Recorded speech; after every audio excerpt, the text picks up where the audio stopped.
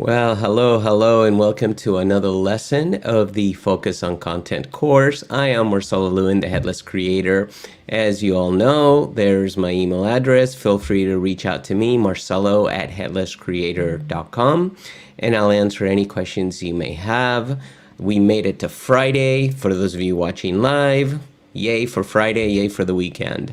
For those of you watching on demand later, well, you're not going to see this because we're going to restart for the on demand anyway. So today, my guest presenter is Tom Burrell, and actually, this is his second time back. Last week, he presented as well, so you might want to check out that lesson. But he's a web developer at Kontent, and we're going to talk to him in just a minute. So don't worry, we'll bring him in just a minute. He's going to show us how to work with the Gatsby Kontent RichText component. You know, we have rich text fields. He's going to show us how to use the rich text component for Gatsby and how to bring that into your site. But before we do that, as always, you know how this works. So I'm going to show you real quick, headlesscreator.com. Make sure you go there, register. It's 100% for free. For those of you that are already registered, thank you so much. For those of you that are not, you will get free access to everything on the site. That includes Content Modeling Weekly, a bunch of Headless CMS courses, including the Focus on Content course, and then the Discover Headless Tech, where we talk to a variety of companies, have some great interviews, so check that out as well.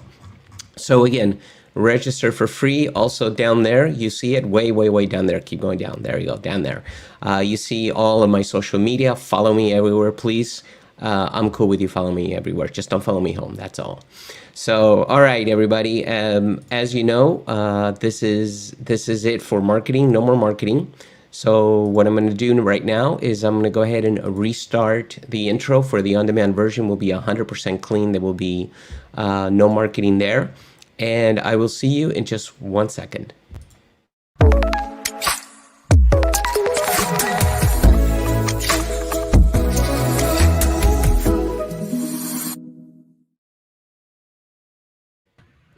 Well, hello, and welcome to another lesson of the Focus on Content course. I am Marcelo Lewin, the Headless Creator. As always, you can get a hold of me, marcelo@headlesscreator.com. There is my email address. Feel free to reach out anytime you have any questions. I'll get back to you as soon as I can. Today, my guest presenter is his second time back, Tom Burrell. He's a web developer at Kontent, and he's going to show us how to work with the Gatsby Kontent Rich Text component.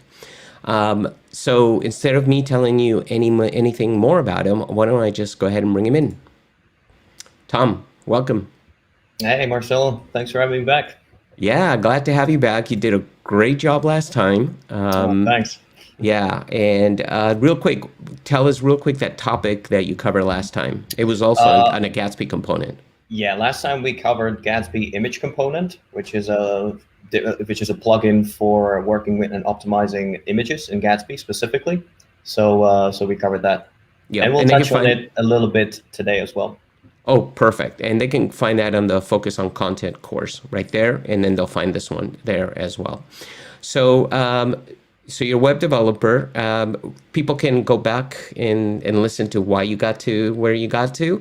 What are some of your hobbies, so we can learn a little more about you? My hobbies? Well, I love playing sports. I play soccer on an amateur level, so a bunch of amateurs. What position do you play? Right defender, right back. Okay, very cool. So you're an avid soccer fan, I would imagine. Yeah. You have to be in Europe. The Euros now, the European Championships. Right. Yeah, European Championships are going on now. So it's a good time to be a soccer fan. Right. Well, you also have Copa America, right? That just happened or will happen in South America. Yes, but I have to be honest, I haven't paid much attention. You don't follow that one. I do because I'm from Argentina. Not really.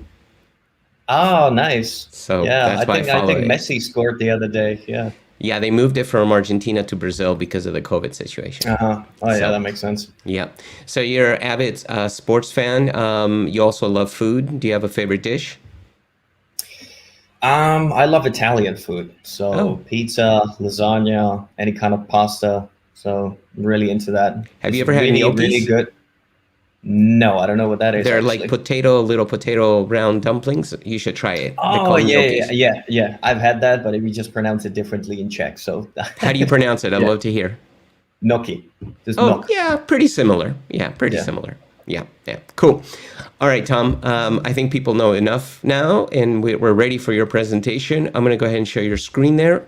I'm going to let you take over. If people have questions, anybody have questions, feel free to ask them in the comments. I'll go ahead and ask Tom. Tom, you know me. I will probably have some questions for you later, but for now, it's all yours, bud. All right. Thanks. So last time I actually started with the presentation, but this time I figured that I'd take more practical approach and we will go through a real world type of situation. So I just have this Wikipedia page open to just explain what rich text actually is. And as it says, it's just a plain text that has styling information behind the minimum semantic elements. So usually you can do like bold text, italic, you can do different sizes of text, and you can usually do stuff like hyperlinks and things of that nature. But our content rich text element is a bit different and can do a bit more, and we'll go through that. So I would go straight to the project because I have another project that I've prepared. So if you look at this, it's basically, not basically, it is the exact same site that we worked on last time when we talked about Gatsby image. But I've added another section called blog, and it's exactly what it says. It's a blog with 3 sample blog posts. Pardon my laziness. I wasn't feeling so creative, and I didn't write these. It's just a bunch of lorem ipsum. And we will go through creating a blog post together using our rich text element. And while doing that, we will learn some of the techniques that I personally and some of the people on my team use on a daily basis in our blog posts. So as you can see, this is just a root. It has a root blog page in the URL, and then each of these has its own subpage. And if you saw that flicker of the image, you can tell that we're using the Gatsby image for that again. So yeah, that's one thing. And you can see that every blog post is the same. And the only thing that changes is the URL slug. So we're working with, as opposed to the previous sections, the optimized and standard images sections, we're working with dynamic pages now, where you have the same code or markup template, HTML template, and the only thing that changes is the dynamic content. The content is dynamically being pulled from the CMS. So let's have a look at the code before we go into the rich text, just so you have an idea of what's going on.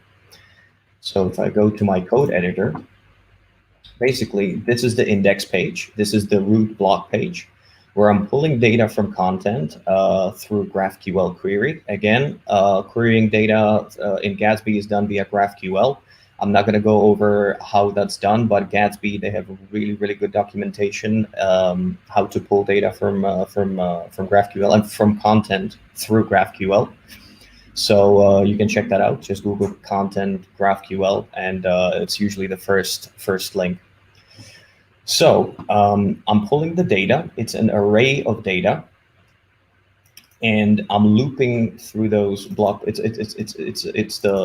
I'm getting all these blog posts, and when I say all, I mean 3, and I'm looping through them, and I'm generating a blog cart component for each.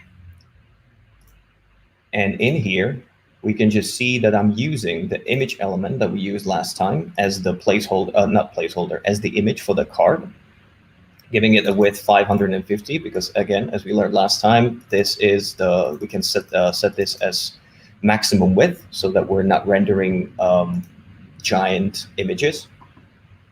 And then we're just rendering the title, the parex, which is like the intro text of the blog, and the link that leads to the blog post.